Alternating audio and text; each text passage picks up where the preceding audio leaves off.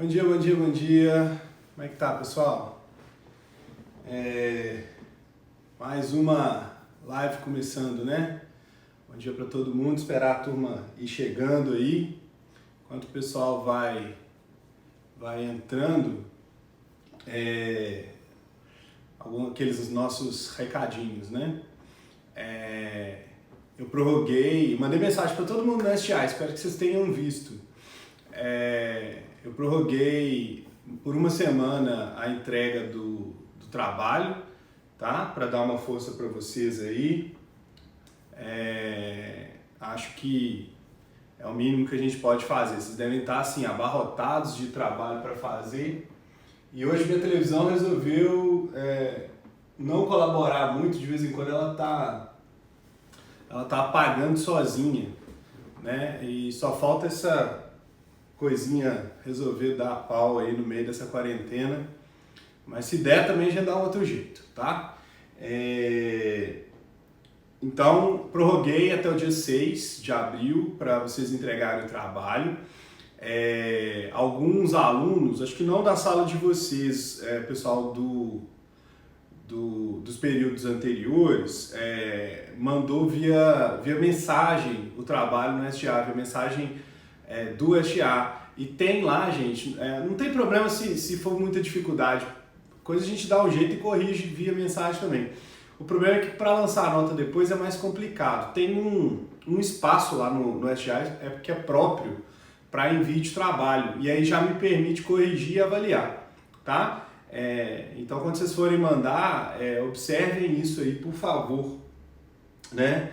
Então, grande Flávio, abraço para você, Davi também, abração, a turma que está chegando aí, bem-vindos. O seguinte, gente, também coloquei uma enquete lá nos stories para saber qual plataforma que vocês preferem, né? E depois ainda tem que filtrar, porque tem muita gente que nem é aluno que está votando, e como a intenção não é virar blogueiro, mas atender aí a necessidade de estar com vocês, eu deixei lá uma enquete, depois eu vou filtrar também, não sei como é que eu vou fazer, mas eu vou dar uma filtrada para ver aí. Então votem lá na plataforma que vocês preferem, porque esse final de semana eu vou começar a preparar o material da semana que vem e é importante eu entender aí qual que fica mais adequado para atender as necessidades das turmas, tá bom? Não deixa de votar não. Bom, hoje eu separei para a gente falar sobre aspectos mais diversos das licitações. Na verdade, é a última fala sobre licitação, né? Digamos que depois dessa live a gente estaria pronto para fazer a primeira prova, né? Que seria exatamente no início da semana que vem. Então olha que legal, a gente não está perdendo cronograma de aula. Muita gente devia estar preocupada aí, né? Mas o Bruno está fazendo uma live por dia, por semana, será que a gente não estaria perdendo? A minha percepção é essa, olha só, a gente não perde porque eu estou acompanhando pela minha lista de aulas, eu tenho uma lista com o tema de cada aula que a gente faz para chegar até o final do semestre, e eu já tinha feito isso para acompanhar o semestre com vocês nas aulas presenciais, e agora ficou super importante isso para acompanhar o andamento durante esse período de isolamento, de distanciamento social, né? Então, não se preocupe, a gente não está perdendo conteúdo. Uma por semana está dando certo porque a aula é só expositiva, né? Não é compartilhada, não é dialogada, a gente não tem aquele momento de troca que é super importante que tem nas aulas e acaba virando esse momento via direct, via mensagem do STA. Eu tenho recebido mensagem, tenho tentado responder na medida do possível aí, atender todo mundo, né? Então tá com dúvida, fazendo o trabalho, ou estava estudando um dos materiais que eu deixei, pode mandar mensagem para mim, manda pelo Instagram, manda pelo SGA mesmo, se quiser mandar via e-mail também, eu passei meu e-mail para vocês, enfim, entre em contato, tá bom? Bom, então vamos lá. Tem praticamente 4 assuntos para a gente abordar aqui hoje e alguns são bem rapidinhos, mas vamos lá.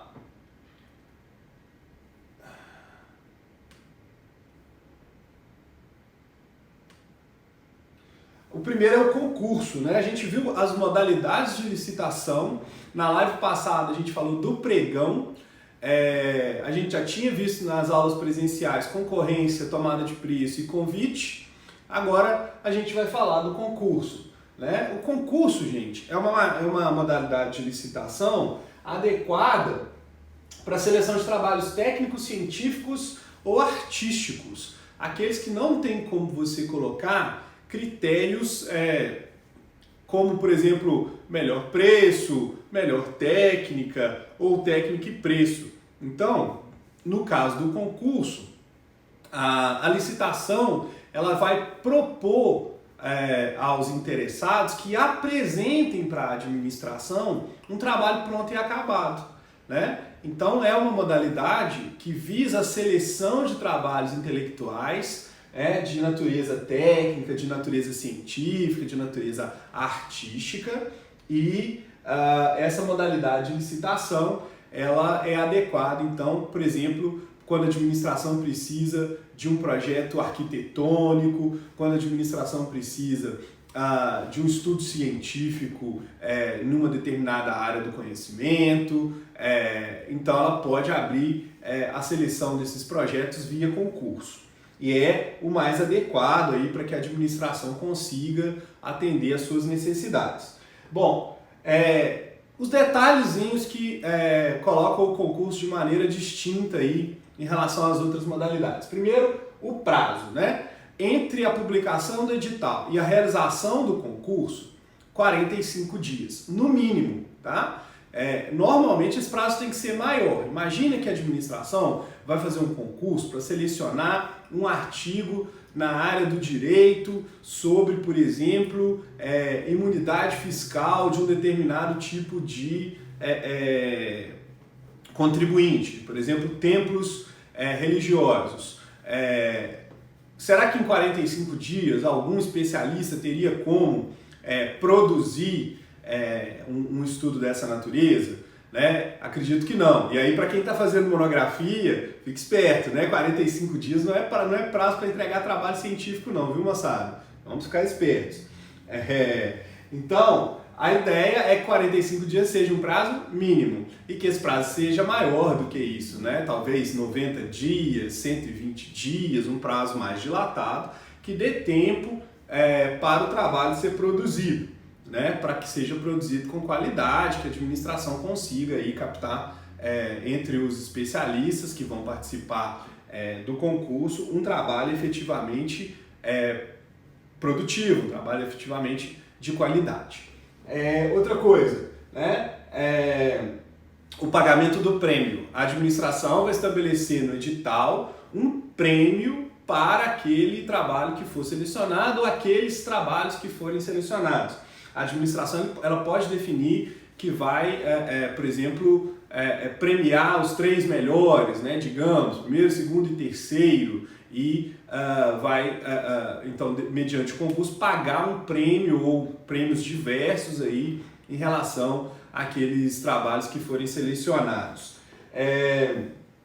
Isso aqui é super importante, ó, uma cláusula obrigatória no edital, constar no edital que os direitos autorais, os direitos patrimoniais do autor devem ser transferidos à administração por ocasião da assinatura do contrato, né? Então, quando o autor do trabalho intelectual resolve participar do concurso, ele já está ciente, porque a regra tem que constar no edital, que os direitos autorais sobre o material aprovado, né, vencedor do concurso, passa então para o patrimônio da entidade que promoveu esse concurso, né, para a administração pública.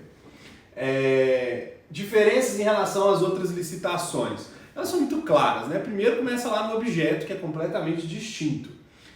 Mas além do objeto distinto, os trabalhos são prontos e acabados, né? Olha só, por exemplo, vamos pensar num caso de seleção de um projeto arquitetônico. quando você está fazendo uma licitação para escolher um projeto de arquitetura, na modalidade de concorrência, na modalidade de tomada de preços ou pregão, o que vai acontecer? O vencedor, ao vencer, vai elaborar o projeto, né? Então você licita e ao final da licitação é que o projeto é elaborado. No concurso, olha aí, ó, apagou o monitor. Nós vamos passar por isso hoje, eu não sei, a TV resolveu estar de bronca comigo. Hoje espero que não seja nada grave. Vamos lá. Só voltar aqui. Ó, apagou de novo. Hoje nós vamos sofrer um tiquinho.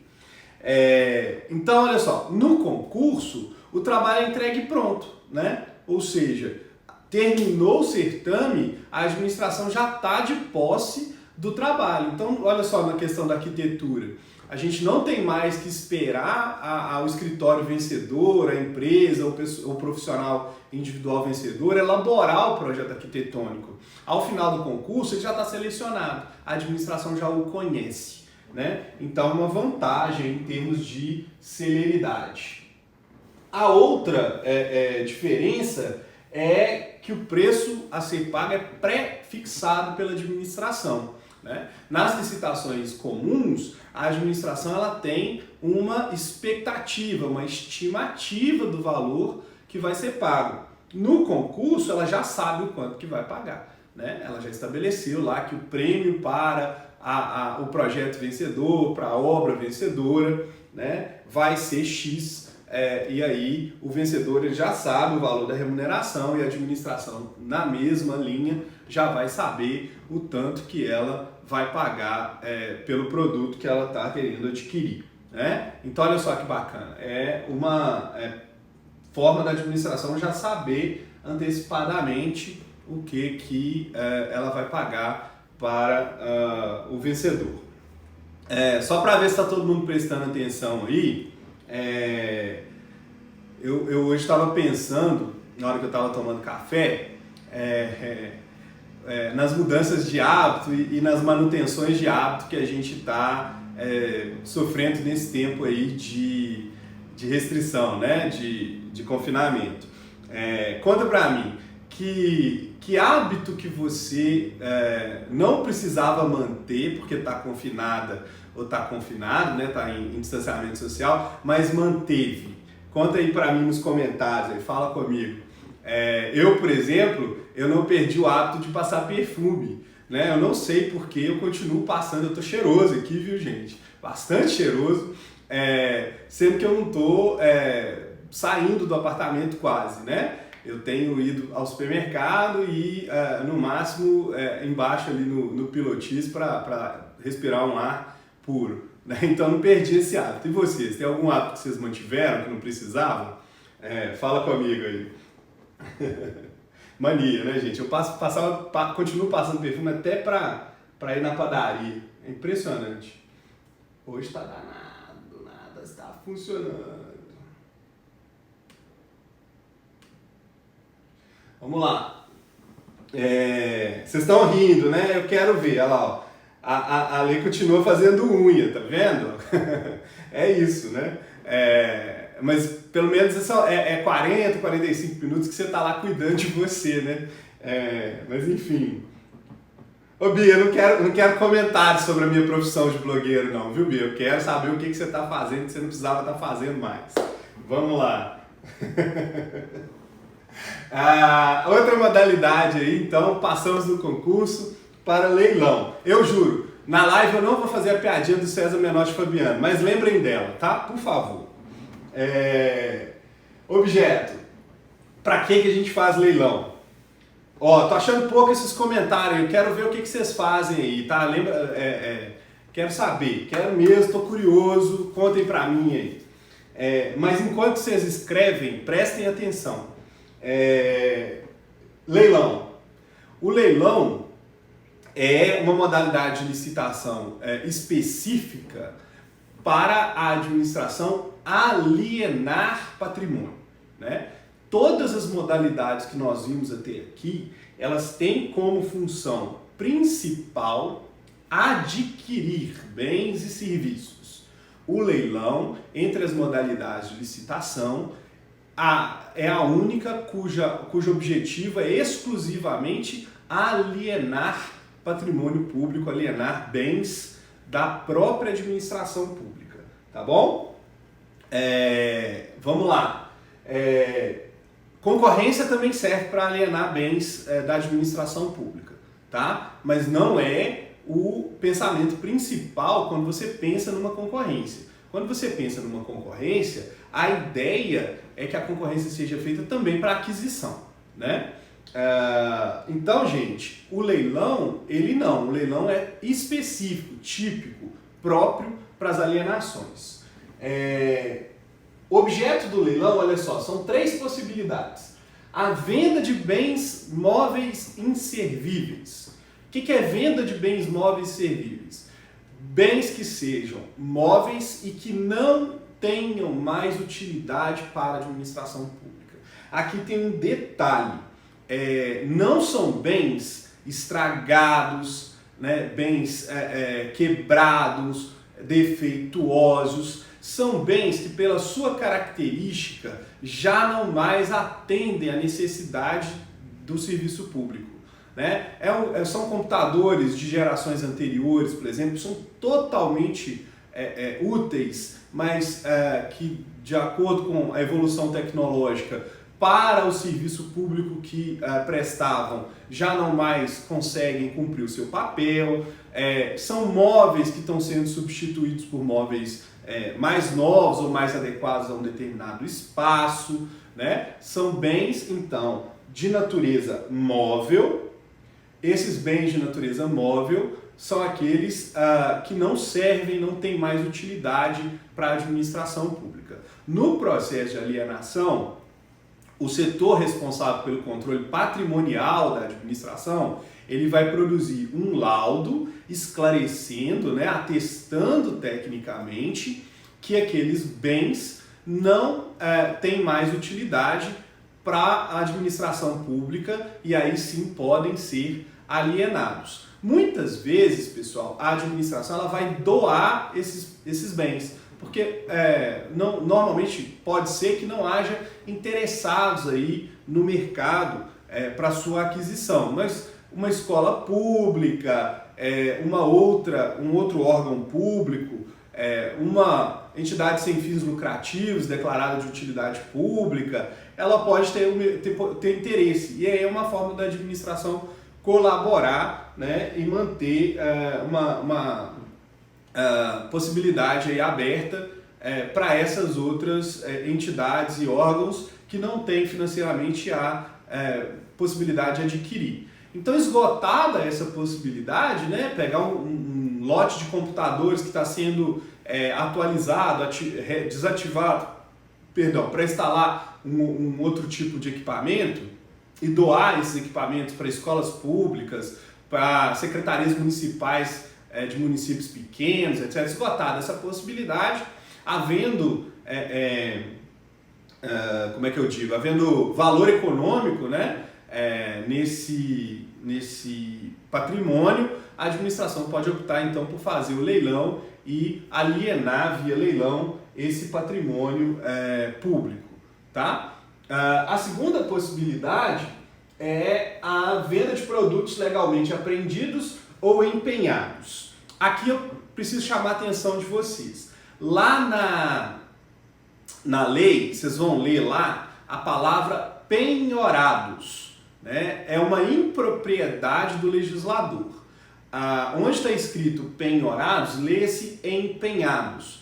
Por quê? Porque o bem submetido à penhora, ele vai seguir para a alienação regras processuais judiciais, né? Então a penhora, a alienação de bens penhorados, o leilão de bens penhorados, a praça pública de bens penhorados, ela é regulada pelo processo, né, judicial e não pelo processo administrativo da licitação. A palavra correta aí é o bem empenhado, que é aquele que está submetido a penhor. Então nós estamos falando aí de produtos que estejam apreendidos ou empenhados. Então é só lembrar, por exemplo, quando a Receita Federal apreende um lote de determinado tipo de produto que não é ilícito, mas que não pode circular por infração tributária, né?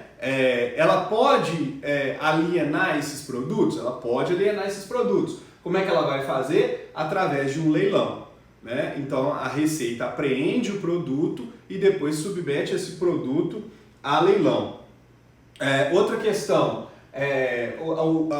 os empenhados, né? Aquelas joias, pequenos objetos de valor, relógios, que são levados a penhor na Caixa, né? A Caixa também faz o leilão desses bens empenhados, né? Então, via processo licitatório na modalidade de leilão. Então, tanto a Receita com bens apreendidos, quanto a Caixa com bens empenhados são exemplos aí da realização do leilão, beleza? E a terceira possibilidade são os imóveis. Aí, ó, bens imóveis cuja aquisição haja derivado de procedimentos judiciais ou de dação em pagamento. É a previsão do artigo 19, inciso 3º, tá? Anotem aí, tá?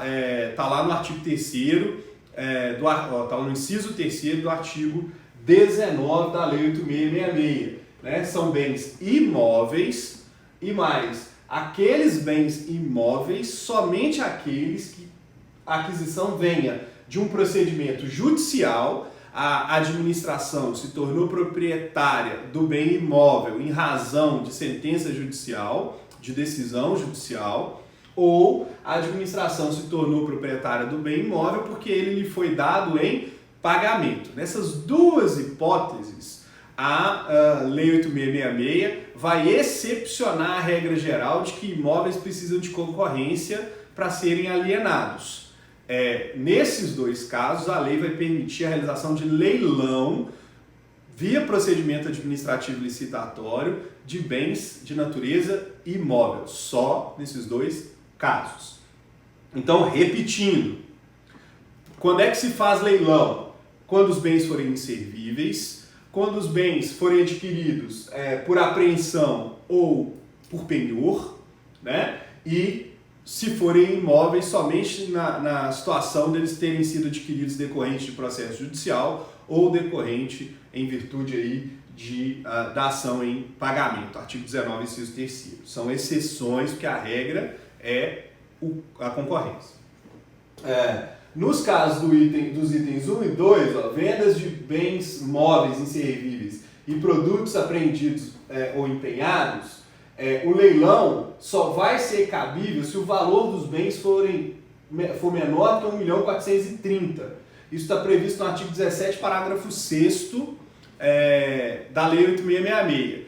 Então, se ultrapassar esse valor de R$1.430.000, aí tem que fazer por concorrência. Tá? Só pode fazer leilão nos casos dos itens 1 e 2 até esse valor. No caso de bem imóvel, que é o terceiro dos nossos itens aqui, aí não tem esse limite. Por que 1.430.000?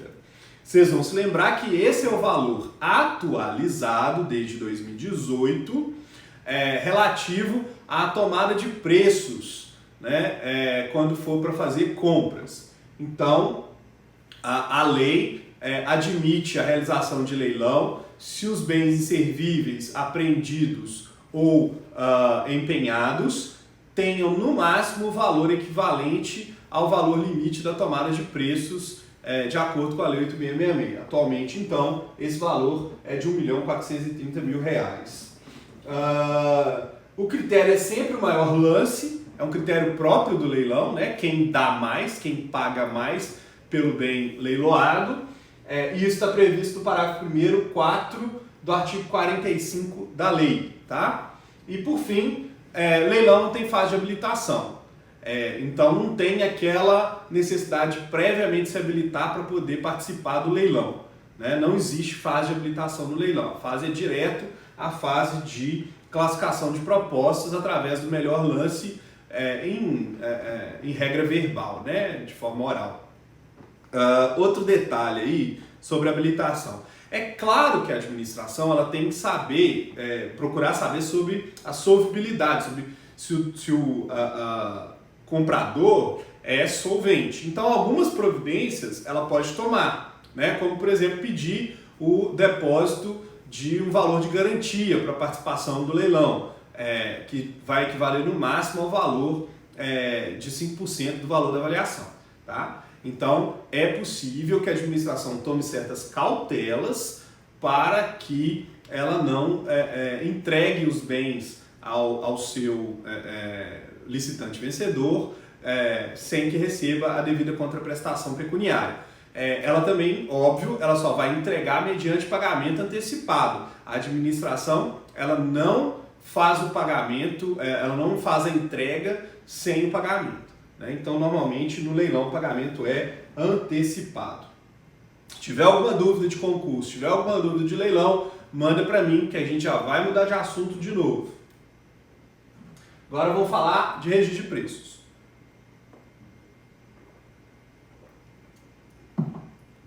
Bom, o registro de preços, o SRP, Sistema de Registro de Preços, ele está previsto nas 3 normas licitatórias mais utilizadas, né? Mais comuns aí de utilização na administração pública. A Lei 8666, a Lei 10.520 e a Lei 1303, ou seja, tem sistema de preço como regra geral, e aí o sistema de preços é obtido via concorrência.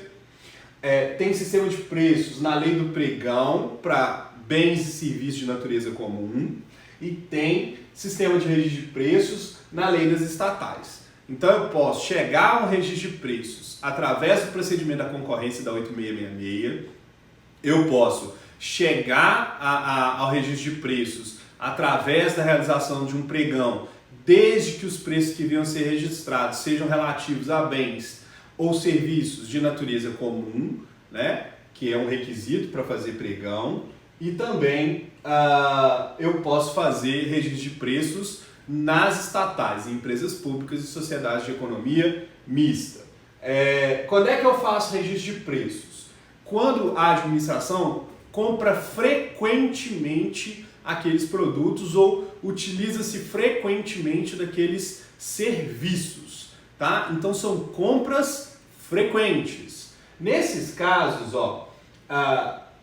o que vai acontecer? Vão se formar cadastros de preços com os respectivos fornecedores para contratações que serão futuras. Então, quando o sistema de registro de preços é realizado, isso não quer dizer que o fornecedor vai fornecer imediatamente após a homologação do registro. As compras, as aquisições, as contratações, elas são futuras, dilatadas no tempo, tá? Então, o registro de preços, ele vai trabalhar com aquisições e compras no futuro, no longo do tempo.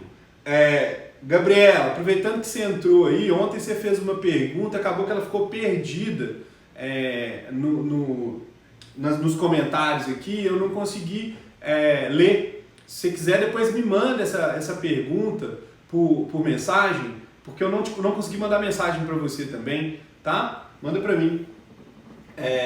Então, formação de cadastro de preços com os fornecedores para aquisições futuras e frequentes.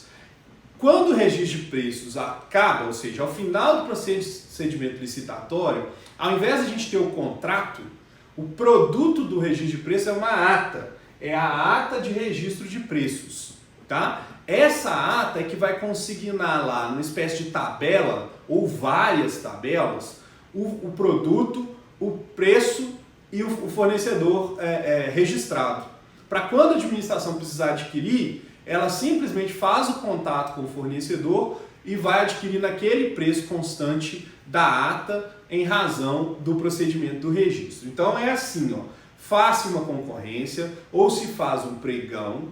Nessa concorrência, nesse pregão, tem uma série de itens que a administração contrata de maneira frequente. Os fornecedores que vão participar desse procedimento vão apresentar os preços desses itens, vão concorrer entre si pelos melhores preços desses itens, então na concorrência lá no envelope, no pregão via lance, né? E aí, ao final do procedimento competitivo, forma-se uma ata que vai consignar os melhores preços e os respectivos fornecedores de cada um desses itens. Então, quando a administração precisar, ela não vai licitar de novo. Ela vai utilizar a ata e adquirir o produto de acordo com o que está registrado na ata do SRP. Tá? O mais interessante, ou talvez assim, o mais polêmico, a figura mais polêmica de um registro de preços, gente, é o tal do carona. O que acontece? O governo federal editou um decreto lá em 2001 permitindo que uma entidade pública adquirisse produtos registrados por outra, né? E isso ficou conhecido como carona. O que é? Tentando explicar isso de uma maneira mais miúda. Imagina que a Secretaria Municipal de Saúde de Belo Horizonte fez uma licitação para registro de preços de medicamentos, tá? Medicamentos que tem que ter em todas as unidades básicas de saúde. Então tem lá paracetamol, tem dipirona, tem um monte de medicamento feito e registrado, né? Aqueles milhares de medicamentos ou centenas de medicamentos que são adquiridos frequentemente para abastecer as unidades básicas de saúde.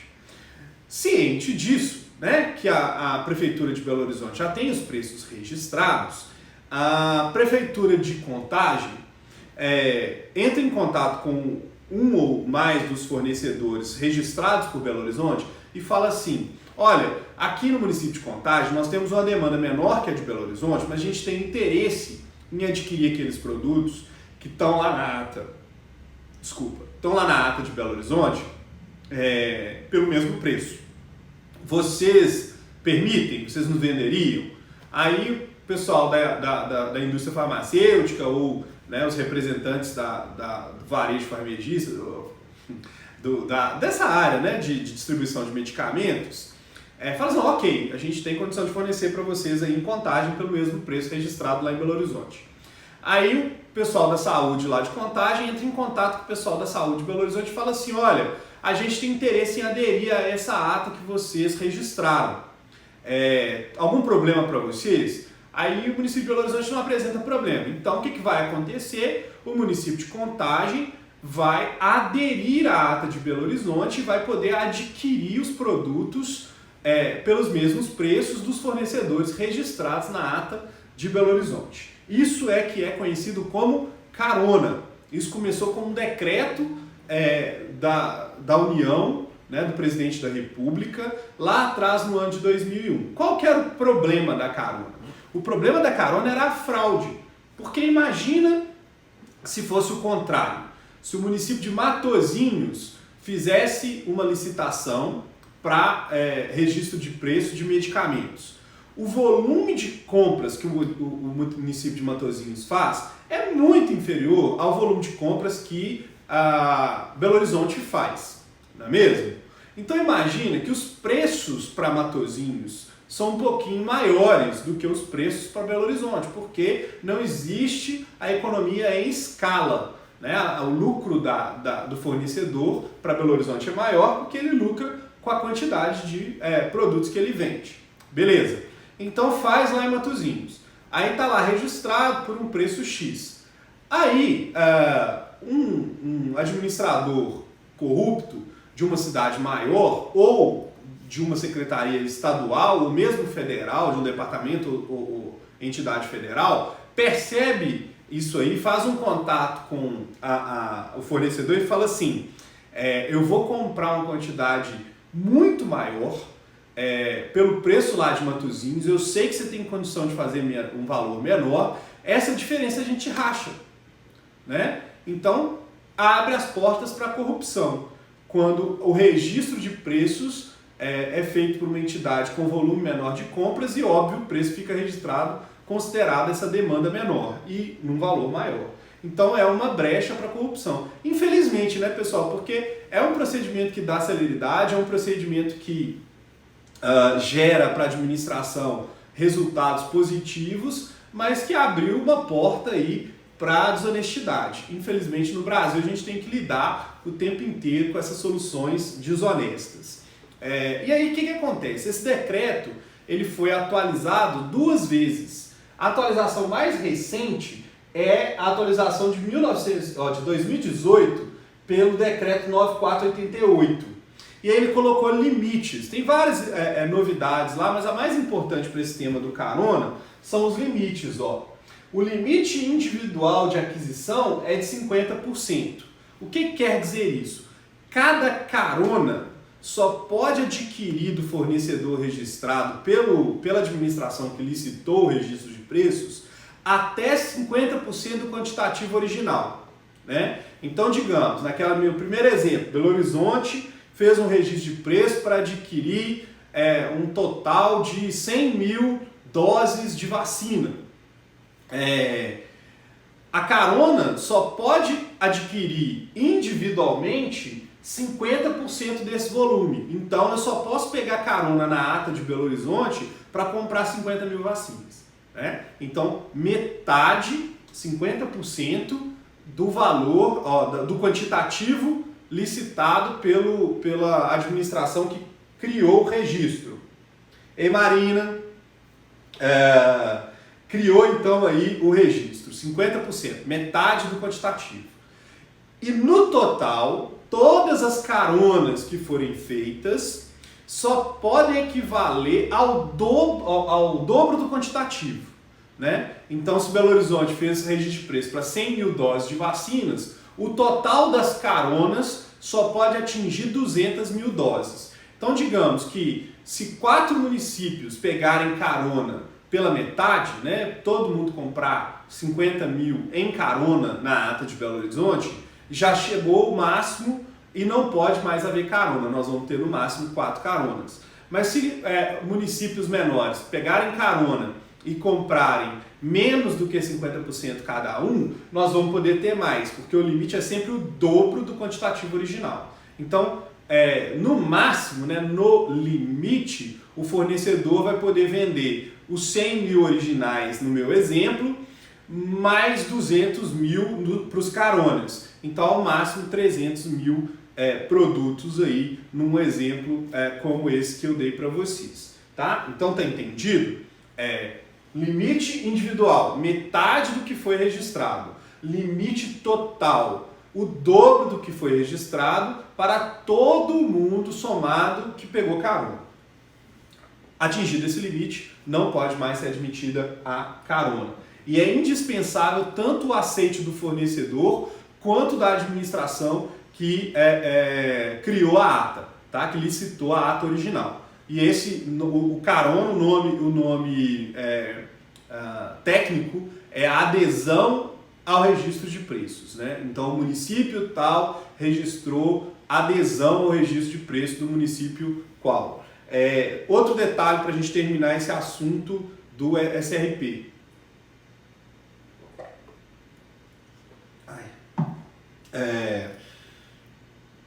Não pode haver carona federal em ata municipal e nem carona estadual em ata municipal. Né? Essa regrinha é uma das que estão lá no decreto. Né? Exatamente para tentar evitar aí, ao máximo a fraude em relação a essa carona. Com esses limites individual e total, acabou diminuindo bastante a brecha possível para as fraudes. Tema número 4. Hoje já falamos de concurso, leilão, registro de preços, agora nós vamos falar de RDC. Né? O RDC é o regime diferenciado de contratações. Ei, Thaís, assisti um pouquinho da sua live ontem, viu? Beijo pra você. Top. O regime diferenciado de contratações, que é conhecido pela sigla RDC, foi criado pela Lei 12.462 de 2011.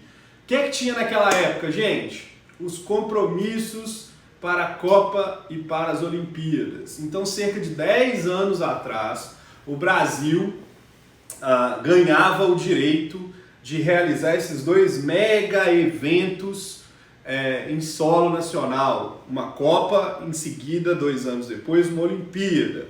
E para realizar esses eventos, o Brasil se comprometeu com as entidades internacionais, FIFA e Comitê Olímpico Internacional, a fazer uma série de obras para adequar a estrutura do país aos mega eventos que ele iria receber nos anos seguintes.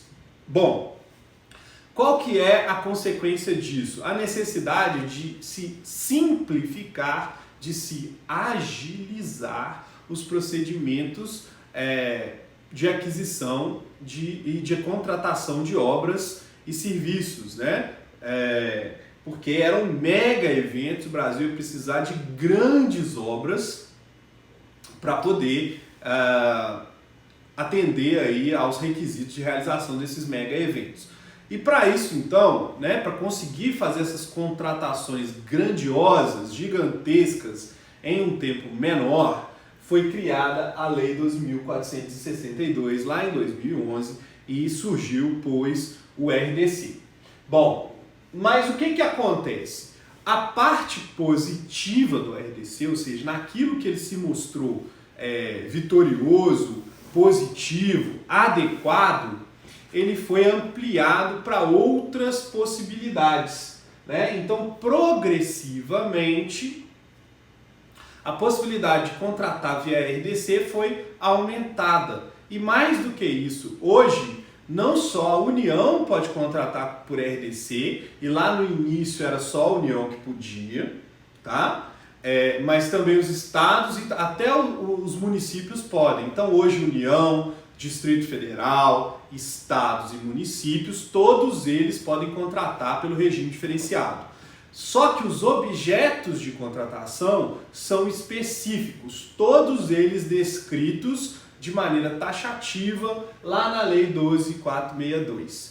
Né? Então, por exemplo, além das obras da Copa e da Olimpíada, foram incluídas lá as obras do PAC, quem não se lembra, né, do Programa de Aceleração do Crescimento, foram incluídas obras na área de segurança pública, enfim, tem uma série de possibilidades ali descrita no rol de objeto lá da Lei 12.462.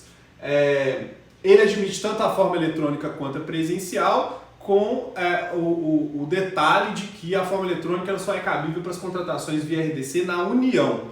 Todas as demais administrações, estados, Distrito Federal e municípios têm que fazer presencial o RDC, tá? RDC eletrônico só na União. Tem um site lá na União, chama Comprasnet, que exatamente abriga todas as licitações federais, inclusive aquelas feitas por RDC. Pois bem, o RDC veio buscando celeridade e padronização, né? Procedimentos mais rápidos, procedimentos mais enxutos, procedimentos que guardem uma possibilidade de rapidez, né? De velocidade de contratação para obras, volto a dizer, cujo impacto, a dimensão, né, são maiores.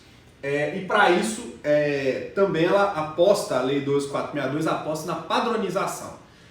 A ideia então é padronizar, ter já modelos de edital, modelos de projeto, questões que vão ser mais facilmente executadas porque já estão previstas, padronizadas, modeladas. Né? Então a Lei 12.462 de 2011, ela vai ter vários aspectos ligados a essa ideia de padronização de objeto, padronização de procedimento, né? Vai ter inclusive um cadastro de padronização. Grande Gustavo Nassif, um abraço para você, meu querido. Tô com saudade das nossas conversas, dos nossos papos, dos nossos vinhos. Um abraço para você, meu querido. Prestígio demais a presença do professor Nassif aqui conosco. Ainda lá no RDC, então, para conseguir isso, a ordem das fases no RDC é a mesma do pregão, né? Primeiro nós vamos classificar as propostas para depois habilitar o licitante vencedor. Então, o RDC, ele, para atingir o objetivo de celeridade, ele adota aquilo que foi vencedor lá na lei do pregão, aquilo que se mostrou extremamente eficiente do pregão, que é a inversão das fases ali, com a classificação das propostas antecedendo a habilitação do licitante vencedor. Ele tem 3 possibilidades, né? Nós temos o RDC aberto, o RDC fechado e o RDC misto ou combinado. Qual é a diferença? No RDC aberto, eu tenho a apresentação das propostas, naquele esquema de envelopes, ou se for eletrônico, através de propostas cadastradas no site específico, e uma segunda fase de lances, né? Então, esse é o RDC aberto. Apresenta a proposta, as propostas são classificadas e depois os licitantes vão dar lances. Muito semelhante ao que é realizado no pregão. Só que aí, lembrem-se, nós não estamos falando de bens e serviços de natureza comum. Nós estamos falando de RDC, aí são obras, serviços de dimensão bem maior. Cabe, então, no RDC aberto, a apresentação de propostas seguida da etapa de lances. O RDC fechado, ele só tem a etapa de propostas. Ele parece mais aquela regra da 8666, embora invertida, né? Não vai haver habilitação prévia. Os licitantes entregam as propostas ou apresentam eletronicamente as propostas e são essas propostas que vão ser analisadas e válidas. Não tem lances posteriores. Ou pode misturar os 2 critérios. Nesse caso, é o seguinte: somente as 3 propostas mais bem classificadas é que serão habilitadas para fazer lance, tá? Então, é uma terceira regra aí. Apresenta o envelope de propostas ou cadastra as propostas eletrônicas e aí o sistema eletrônico ou o responsável, né, a comissão responsável pelo RDC que vai depois classificar 3 propostas aí melhores para participar da fase de lance, tá? Então eu tenho aberto, proposta mais lance, fechado, só proposta, ou combinado ou misto, né? Que é a fase de propostas que classifica os 3 melhores, as 3 melhores propostas para fazer a parte de lances. Os critérios de julgamento, né? Lá na Lei 8666 nós temos 3: melhor preço, melhor técnica, técnica e preço. Aqui no RDC nós temos 5 e na verdade esses 5 podem se desdobrar até mais, chegando a 7. Vamos vê-los?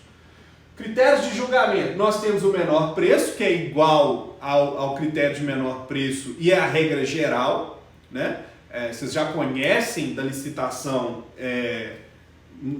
a licitação da 8666, o menor preço, mas ainda pode ser optado pela administração, nessa modalidade, ao invés do maior preço, o maior desconto. Como é que funciona isso? Por exemplo, a administração ela divulga os preços estimados para um determinado tipo de aquisição ou contratação. Lembra da padronização? Aquilo já está padronizado, então ela já sabe exatamente o preço de referência para aquilo. Qual vai ser o critério para declarar vencedor o licitante? O maior desconto sobre o preço da administração, né? Então o licitante que der o maior percentual de desconto em cima daquele preço é que vai ser declarado vencedor. Então eu tenho a primeira desdobrada em 2, ó, menor preço ou maior desconto. A segunda é a técnica e preço, que é muito semelhante à técnica e preço da 8666. Tem uma única regrinha ali que eu quero ressaltar, que normalmente a lei determina um peso de 70% para a técnica e 30% para o preço, nesse caso aí do RDC. Tá? Na lei 8666 é mais ou menos o que a gente vê também. Tá? Mas é só para chamar a atenção aqui, que é muito parecido, mas tem algumas especificidades. A terceira é a melhor técnica, que é igualzinha da 8666 também. Ou o melhor conteúdo artístico. Lembra que a administração, para fazer isso lá pelo 8666, ela é melhor ela optar pelo concurso? Ela pode optar pelo RDC também, para selecionar material de conteúdo artístico. Né? O critério de julgamento passa a ser o melhor conteúdo artístico e vai ter que ter, então, uma comissão de especialistas que vai, então, poder definir aí essa questão do conteúdo artístico. Então, essas três primeiras são as que são semelhantes ao 8666. As novidades estão aqui embaixo. Ó. Maior oferta de preço e maior retorno econômico.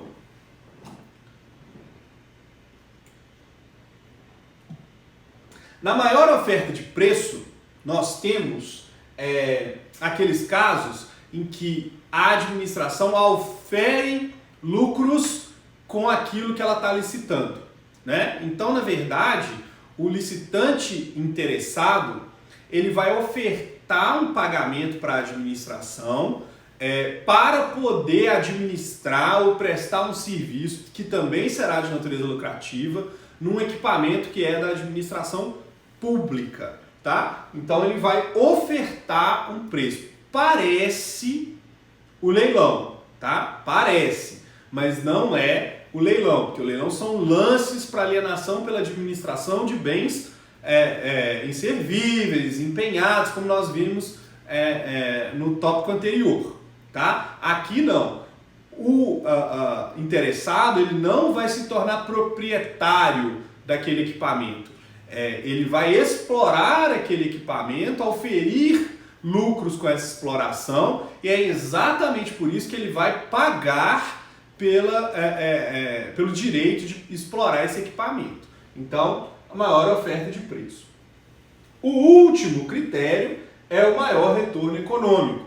Né? Nesse caso do maior retorno econômico, a administração vai se tornar parceira do empreendedor, que vai prestar serviços para ela e vai mostrar para ela, né, de maneira objetiva, o retorno econômico que ela vai ter com aquilo, ou seja, o valor que ela vai economizar, que ela vai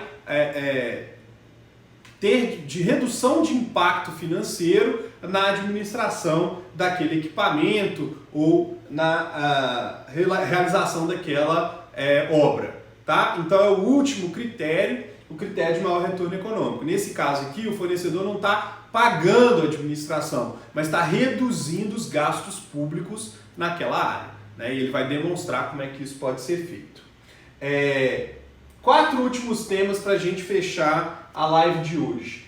Contratação integrada, orçamento oculto, remuneração variável e fase recursal única. A gente está com um pouquinho de tempo, mas dá tempo de falar. O que é a contratação integrada? Lá na lei de licitações, o licitante que faz o projeto executivo, ele não pode ser contratado para fazer a obra. Né? Isso é uma regra da 8666. Uma contratação para o projeto executivo, uma contratação distinta para a realização da obra projetada. Tá? Aqui pode ser adotada a contratação integrada. O mesmo vencedor pode fazer o projeto básico, o projeto executivo e a obra. Então a administração ela vai entrar, na verdade, com a ideia, com uma espécie de pré-projeto. E o licitante vencedor vai entregar isso pronto. Ele faz o projeto básico, ele faz o projeto executivo e ele realiza a obra. Essa é a ideia da contratação integrada. Qual é a vantagem? Menos aditivo. Né? Porque se é ele que está projetando, é muito mais provável que ele não tenha que alterar o projeto que ele mesmo fez. Né? Então a possibilidade de termos aditivos que vão impactar no valor final da contratação, ela é menor. Tá? Então essa é a vantagem aí da contratação integrada. Obrigado, Ariel, por responder a pergunta da Marina para mim aí. Beijo. Orçamento oculto. A administração, em regra, ela tem que divulgar tudo, né? Princípio da publicidade. Aqui no RDC, ela pode esconder o valor do orçamento. Ela pode não revelar o valor estimado da contratação. Qual é a vantagem disso? Que só pode no RDC. O fornecedor ele vai ter que apresentar o melhor preço, porque ele não tem conhecimento do preço que a administração estimou. E se ele apresentar um preço muito alto, inflacionado, inflado, ele corre o risco de perder, né? Então aqui no RDC a administração pode optar, isso não é uma regra, viu gente? É uma opção por fazer o orçamento oculto. E aí na opção do orçamento oculto, o fornecedor não vai ter o conhecimento do valor de referência para fazer a sua proposta. Ele vai ter que tentar apostar aí na proposta vencedora. Normalmente nós vamos ter, no caso de orçamento oculto, propostas bem mais vantajosas, mas isso é um estudo que tem que ser feito pelo licitante. Remuneração variável. Está todo mundo acostumado a faz a licitação, chega no preço, paga o preço, né? E recebe a prestação de serviço.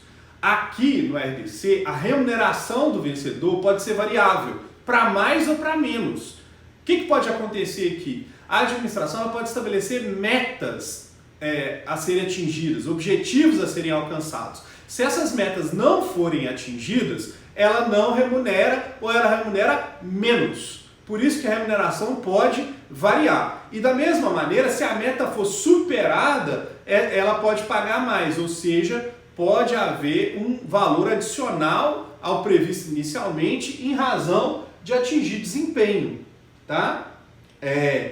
Os 4 itens estão dentro de RDC: contratação integrada, orçamento oculto, remuneração variável e fase recursal única.